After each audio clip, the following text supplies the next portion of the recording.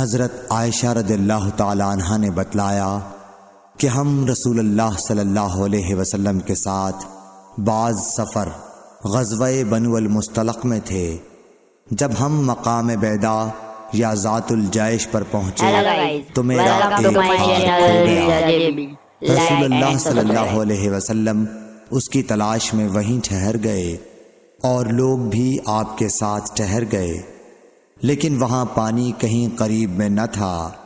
لوگ حضرت ابو بکر صدیق رضی اللہ تعالیٰ عنہ کے پاس آئے اور کہا، حضرت عائشہ رضی اللہ تعالیٰ عنہ نے کیا کام کیا کہ رسول اللہ صلی اللہ علیہ وسلم اور تمام لوگوں کو ٹھہرا دیا ہے، اور پانی بھی کہیں قریب میں نہیں ہے اور نہ لوگوں ہی کے ساتھ ہے۔ پھر ابو بکر صدیق رضی اللہ تعالیٰ عنہ تشریف لائے۔ رسول اللہ صلی اللہ علیہ وسلم اپنا سر مبارک میری ران پر رکھے ہوئے سو رہے تھے۔ فرمانے لگے کہ تم نے رسول اللہ صلی اللہ علیہ وسلم اور تمام لوگوں کو روک لیا، حالانکہ قریب میں کہیں پانی بھی نہیں ہے اور نہ لوگوں کے پاس ہے۔ حضرت عائشہ رضی اللہ تعالی عنہ کہتی ہیں کہ والد ماجد رضی اللہ تعالی عنہ مجھ پر خفا ہوئے، اور اللہ نے جو چاہا انہوں نے مجھے کہا، اور اپنے ہاتھ سے میری کوکھ میں کچوکے لگائے۔ رسول اللہ صلی اللہ علیہ وسلم کا سر مبارک میری ران پر تھا، اس وجہ سے میں حرکت بھی نہیں کر سکتی تھی۔ رسول اللہ صلی اللہ علیہ وسلم جب صبح کے وقت اٹھے تو پانی کا پتہ تک نہ تھا۔ پس اللہ تعالیٰ نے تیمم کی آیت اتاری اور لوگوں نے تیمم کیا۔ اس پر اسید بن حضیر رضی اللہ تعالی عنہ نے کہا کہ اے آل ابی بکر، یہ تمہاری کوئی پہلی برکت نہیں ہے۔ عائشہ رضی اللہ تعالی عنہ نے فرمایا، پھر ہم نے اس اونٹ کو ہٹایا جس پر میں سوار تھی تو ہار اسی کے نیچے مل گیا۔ صحیح بخاری حدیث نمبر 334۔ جابر بن عبداللہ نے خبر دی کہ نبی صلی اللہ علیہ وسلم نے فرمایا، مجھے 5 چیزیں ایسی دی گئی ہیں جو مجھ سے پہلے کسی کو نہیں دی گئی تھیں۔ 1 مہینہ کی مسافت سے رعب کے ذریعے میری مدد کی گئی ہے، اور تمام زمین میرے لیے سجدہ گاہ اور پاکی کے لائق بنائی گئی۔ پس میری امت کا جو انسان نماز کے وقت کو جہاں بھی پالے اسے وہاں ہی نماز ادا کر لینی چاہیے، اور میرے لیے غنیمت کا مال حلال کیا گیا ہے، مجھ سے پہلے یہ کسی کے لیے بھی حلال نہ تھا، اور مجھے شفاعت عطا کی گئی، اور تمام انبیاء اپنی اپنی قوم کے لیے مبعوث ہوتے تھے، لیکن میں تمام انسانوں کے لیے عام طور پر نبی بنا کر بھیجا گیا ہوں۔ صحیح بخاری حدیث نمبر 335۔ حشام بن عروہ نے اپنے والد سے روایت کیا، وہ حضرت عائشہ رضی اللہ تعالی عنہ سے، کہ انہوں نے حضرت اسماء سے ہار مانگ کر پہن لیا تھا، وہ گم ہو گیا۔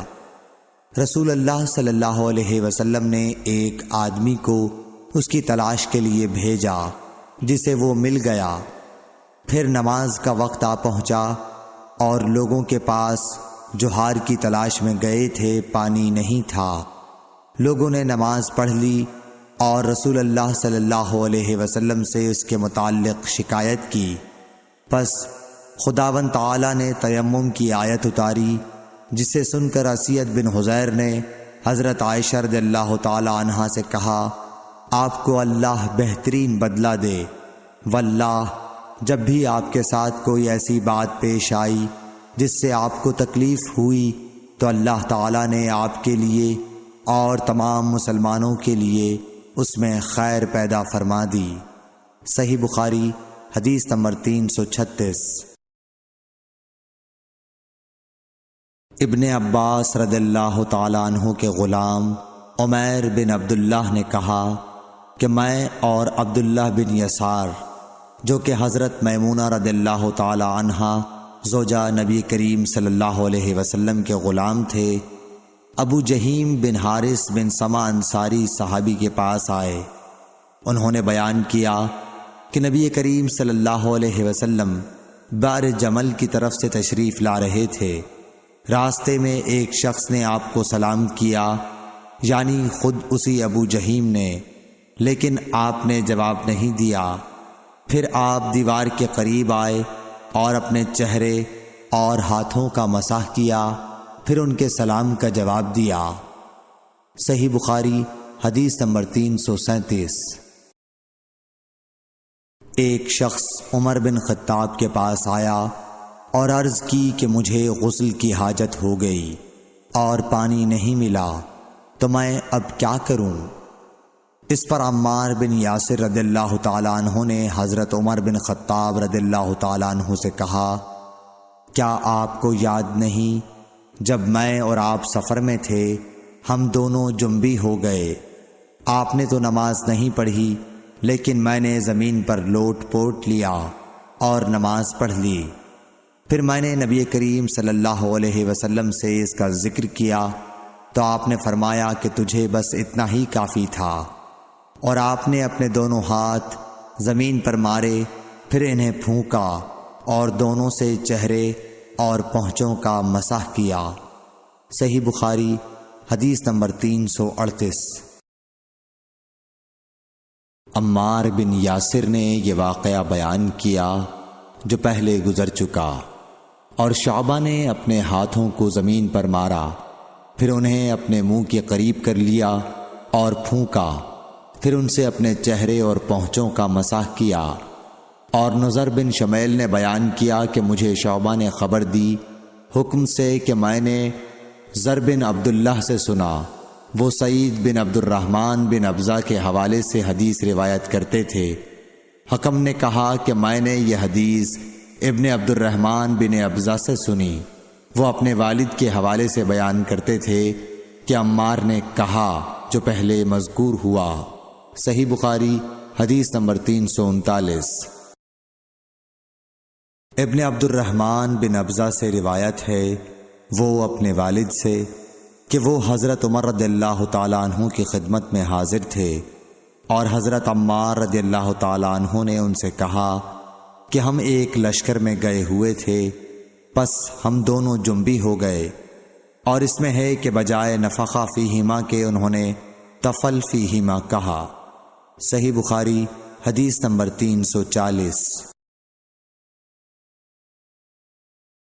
حضرت عمار رضی اللہ تعالیٰ عنہ نے عمر رضی اللہ تعالیٰ عنہ سے کہا کہ میں تو زمین میں لوٹ پوٹ ہو گیا، پھر نبی صلی اللہ علیہ وسلم کی خدمت میں حاضر ہوا تو آپ نے فرمایا کہ تیرے لیے صرف چہرے اور پونچھوں پر مسح کرنا کافی تھا، زمین پر لیٹنے کی ضرورت نہ تھی۔ صحیح بخاری حدیث نمبر 341۔ عبد الرحمن بن ابزہ نے کہا کہ میں حضرت عمر رضی اللہ تعالیٰ عنہ کی خدمت میں موجود تھا کہ عمار رضی اللہ تعالیٰ عنہ نے ان سے کہا، پھر انہوں نے پوری حدیث بیان کی۔ صحیح بخاری حدیث نمبر 342۔ عبد الرحمن بن ابزہ نے اپنے والد سے، حضرت عمار رضی اللہ تعالیٰ عنہ نے بیان کیا، پس نبی کریم صلی اللہ علیہ وسلم نے اپنے ہاتھوں کو زمین پر مارا اور اس سے اپنے چہرے اور پونچھوں کا مسح کیا۔ صحیح بخاری حدیث نمبر 343۔ ابو رجا نے عمران کے حوالے سے کہا کہ ہم نبی کریم صلی اللہ علیہ وسلم کے ساتھ ایک سفر میں تھے کہ ہم رات بھر چلتے رہے، اور جب رات کا آخری حصہ آیا تو ہم نے پڑاؤ ڈالا، اور مسافر کے لیے اس وقت کے پڑاؤ سے زیادہ مرغوب اور کوئی چیز نہیں ہوتی۔ پھر ہم اس طرح غافل ہو کر سو گئے کہ ہمیں سورج کی گرمی کے سوا کوئی چیز بیدار نہ کر سکی۔ سب سے پہلے بیدار ہونے والا شخص فلاں تھا، پھر فلاں، پھر فلاں۔ ابو رجا نے سب کے نام لیے، لیکن اوف کو یہ نام یاد نہیں رہے۔ پھر چوتھے نمبر پر جاگنے والے حضرت عمر بن خطاب رضی اللہ تعالیٰ عنہ تھے، اور جب نبی کریم صلی اللہ علیہ وسلم آرام فرماتے تو ہم آپ کو جگاتے نہیں تھے یہاں تک کہ آپ خود بخود بیدار ہوں، کیونکہ ہمیں کچھ معلوم نہیں ہوتا کہ آپ پر خواب میں کیا تازہ وحی آتی ہے۔ جب حضرت عمر جاگ گئے اور یہ آمدہ آفت دیکھی، اور وہ ایک نڈر دل والے آدمی تھے، پس زور زور سے تکبیر کہنے لگے۔ اسی طرح بآواز بلند آپ اس وقت تک تکبیر کہتے رہے جب تک کہ نبی کریم صلی اللہ علیہ وسلم ان کی آواز سے بیدار نہ ہو گئے۔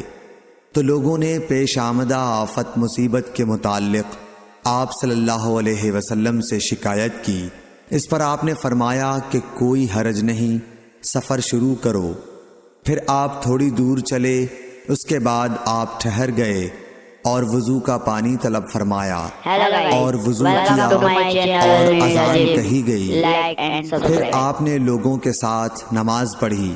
جب آپ نماز پڑھانے سے فارغ ہوئے تو ایک شخص پر آپ کی نظر پڑی جو الگ کنارے پر کھڑا ہوا تھا اور اس نے لوگوں کے ساتھ نماز نہیں پڑھی تھی۔ آپ نے اس سے فرمایا کہ اے فلاں، تمہیں لوگوں کے ساتھ نماز میں شریک ہونے سے کون سی چیز نے روکا؟ اس نے جواب دیا کہ مجھے غسل کی حاجت ہو گئی اور پانی موجود نہیں ہے۔ آپ نے فرمایا کہ پاک مٹی سے کام نکال لو، یہی تجھ کو کافی ہے۔ پھر نبی کریم صلی اللہ علیہ وسلم نے سفر شروع کیا تو لوگوں نے پیاس کی شکایت کی۔ آپ پھر ٹھہر گئے اور فلاں یعنی عمران بن حسین رضی اللہ تعالی عنہ کو بلایا۔ ابو رجا نے ان کا نام لیا تھا لیکن اوف کو یاد نہیں رہا، اور حضرت علی کو بھی طلب فرمایا۔ ان دونوں سے آپ نے فرمایا کہ جاؤ پانی تلاش کرو۔ یہ دونوں نکلے۔ راستے میں ایک عورت ملی جو پانی کی 2 پکھالیں اپنے اونٹ پر لٹکائے ہوئے بیچ میں سوار ہو کر جا رہی تھی۔ انہوں نے اس سے پوچھا کہ پانی کہاں ملتا ہے؟ تو اس نے جواب دیا کہ کل اسی وقت میں پانی پر موجود تھی، یعنی پانی اتنی دور ہے کہ کل میں اسی وقت وہاں سے پانی لے کر چلی تھی، آج یہاں پہنچی ہوں، اور ہمارے قبیلے کے مرد لوگ پیچھے رہ گئے ہیں۔ انہوں نے اس سے کہا اچھا ہمارے ساتھ چلو۔ اس نے پوچھا کہاں چلوں؟ انہوں نے کہا رسول اللہ صلی اللہ علیہ وسلم کی خدمت میں۔ اس نے کہا اچھا وہی جن کو لوگ صابی کہتے ہیں؟ انہوں نے کہا یہ وہی ہیں جسے تم کہہ رہی ہو۔ اچھا اب چلو۔ آخر یہ دونوں حضرات اس عورت کو حضرت صلی اللہ علیہ وسلم کی خدمت مبارک میں لائے اور سارا واقعہ بیان کیا۔ عمران نے کہا کہ لوگوں نے اسے اونٹ سے اتار لیا۔ پھر نبی کریم صلی اللہ علیہ وسلم نے ایک برتن طلب فرمایا اور دونوں پکھالوں یا مشکیزوں کے منہ اس برتن میں کھول دیے، پھر ان کا اوپر کا منہ بند کر دیا، اس کے بعد نیچے کا منہ کھول دیا، اور تمام لشکریوں میں منادی کر دی گئی کہ خود بھی سیر ہو کر پانی پئیں اور اپنے تمام جانوروں وغیرہ کو بھی پلا لیں۔ پس جس نے چاہا پانی پیا اور پلایا، اور سب سیر ہو گئے۔ آخر میں اس شخص کو بھی ایک برتن میں پانی دیا جسے غسل کی ضرورت تھی۔ آپ نے فرمایا لے جا اور غسل کر لے۔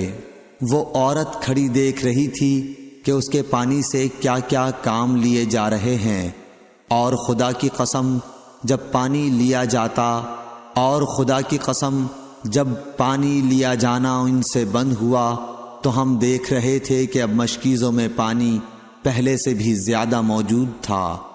پھر نبی کریم صلی اللہ علیہ وسلم نے فرمایا کہ کچھ اس کے لیے کھانے کی چیز جمع کرو۔ لوگوں نے اس کے لیے عمدہ قسم کی کھجور، اجوا، آٹا اور ستو اکٹھا کیا، یہاں تک کہ بہت سارا کھانا اس کے لیے جمع ہو گیا۔ تو اسے لوگوں نے ایک کپڑے میں رکھا اور عورت کو اونٹ پر سوار کر کے اس کے سامنے وہ کپڑا رکھ دیا۔ رسول اللہ صلی اللہ علیہ وسلم نے اس سے فرمایا کہ تمہیں معلوم ہے کہ ہم نے تمہارے پانی میں کوئی کمی نہیں کی ہے، لیکن اللہ تعالیٰ نے ہمیں سیراب کر دیا۔ پھر وہ اپنے گھر آئی، دیر کافی ہو چکی تھی، اس لیے گھر والوں نے پوچھا کہ اے فلانی کیوں اتنی دیر ہوئی؟ اس نے کہا ایک عجیب بات ہوئی، وہ یہ کہ مجھے 2 آدمی ملے اور وہ مجھے اس شخص کے پاس لے گئے جسے لوگ صابی کہتے ہیں۔ وہاں اس طرح کا واقعہ پیش آیا، خدا کی قسم وہ تو اس کے اور اس کے درمیان سب سے بڑا جادوگر ہے۔ اور اس نے بیچ کی انگلی اور شہادت کی انگلی آسمان کی طرف اٹھا کر اشارہ کیا۔ اس کی مراد آسمان اور زمین سے تھی، یا پھر وہ واقعی اللہ کا رسول ہے۔ اس کے بعد مسلمان اس قبیلے کے دور و نزدیک کے مشرکین پر حملے کیا کرتے تھے، لیکن اس گھرانے کو جس سے اس عورت کا تعلق تھا کوئی نقصان نہیں پہنچاتے تھے۔ یہ اچھا برتاؤ دیکھ کر ایک دن اس عورت نے اپنی قوم سے کہا کہ میرا خیال ہے کہ یہ لوگ تمہیں جان بوجھ کر چھوڑ دیتے ہیں، تو کیا تمہیں اسلام کی طرف کچھ رغبت ہے؟ قوم نے عورت کی بات مان لی اور اسلام لے آئی۔ حضرت ابو عبداللہ امام بخاری رحمۃ اللہ علیہ نے فرمایا کہ سبا کے معنی ہیں اپنا دین چھوڑ کر دوسرے کے دین میں چلا گیا۔ اور ابو العالیہ نے کہا ہے کہ صائبین اہل کتاب کا ایک فرقہ ہے جو زبور پڑھتے ہیں، اور سورہ یوسف میں جو عصب کا لفظ ہے وہاں بھی اس کے معنی عمل کے ہیں۔ صحیح بخاری حدیث نمبر 344۔ ابو موسیٰ نے عبداللہ بن مسعود سے کہا کہ اگر غسل کی حاجت ہو اور پانی نہ ملے تو کیا نماز نہ پڑھی جائے؟ عبداللہ نے فرمایا ہاں، اگر مجھے 1 مہینے تک بھی پانی نہ ملے گا تو میں نماز نہ پڑھوں گا۔ اگر اس میں لوگوں کو اجازت دے دی جائے تو سردی معلوم کر کے بھی لوگ تیمم سے نماز پڑھ لیں گے۔ ابو موسیٰ کہتے ہیں کہ میں نے کہا کہ پھر حضرت عمر رضی اللہ تعالیٰ عنہ کے سامنے حضرت عمار رضی اللہ تعالیٰ عنہ کے قول کا کیا جواب ہوگا؟ بولے کہ مجھے تو نہیں معلوم ہے کہ عمر رضی اللہ تعالیٰ عنہ عمار رضی اللہ تعالیٰ عنہ کی بات سے مطمئن ہو گئے تھے۔ صحیح بخاری حدیث نمبر 345۔ ابو موسیٰ نے پوچھا کہ ابو عبد الرحمن آپ کا کیا خیال ہے کہ اگر کسی کو غسل کی حاجت ہو اور پانی نہ ملے تو وہ کیا کرے؟ عبداللہ نے فرمایا کہ اسے نماز نہ پڑھنی چاہیے جب تک اسے پانی نہ مل جائے۔ ابو موسیٰ نے کہا کہ پھر عمار کی اس روایت کا کیا ہوگا جبکہ نبی کریم صلی اللہ علیہ وسلم نے ان سے کہا تھا کہ تمہیں صرف ہاتھ اور منہ کا تیمم کافی تھا۔ ابن مسعود نے فرمایا کہ تم عمر کو نہیں دیکھتے کہ وہ عمار کی اس بات پر مطمئن نہیں ہوئے تھے۔ پھر ابو موسیٰ نے کہا کہ اچھا عمار کی بات کو چھوڑو، لیکن اس آیت کا کیا جواب دو گے جس میں جنابت میں تیمم کرنے کی واضح اجازت موجود ہے؟ عبداللہ بن مسعود اس کا کوئی جواب نہ دے سکے، صرف یہ کہا کہ اگر ہم اس کی بھی لوگوں کو اجازت دے دیں تو ان کا حال یہ ہو جائے گا کہ اگر کسی کو پانی ٹھنڈا معلوم ہوا تو اسے چھوڑ دیا کرے گا اور تیمم کر لیا کرے گا۔ اعمش کہتے ہیں کہ میں نے شفیق سے کہا کہ گویا عبداللہ نے اس وجہ سے یہ صورت ناپسند کی تھی، تو انہوں نے جواب دیا کہ ہاں۔ صحیح بخاری حدیث نمبر 346۔ حضرت ابو موسیٰ رضی اللہ تعالی عنہ نے حضرت عبداللہ بن مسعود سے کہا کہ اگر ایک شخص کو غسل کی حاجت ہو اور مہینہ بھر پانی نہ پائے تو کیا وہ تیمم کر کے نماز نہ پڑھے؟ شفیق کہتے ہیں کہ حضرت عبداللہ بن مسعود نے جواب دیا کہ وہ تیمم نہ کرے اگرچہ وہ 1 مہینے تک پانی نہ پائے اور نماز موقوف رکھے۔ ابو موسیٰ نے اس پر کہا کہ پھر سورہ مائدہ کی اس آیت کا کیا مطلب ہوگا؟ اگر تم پانی نہ پاؤ تو پاک مٹی پر تیمم کر لو۔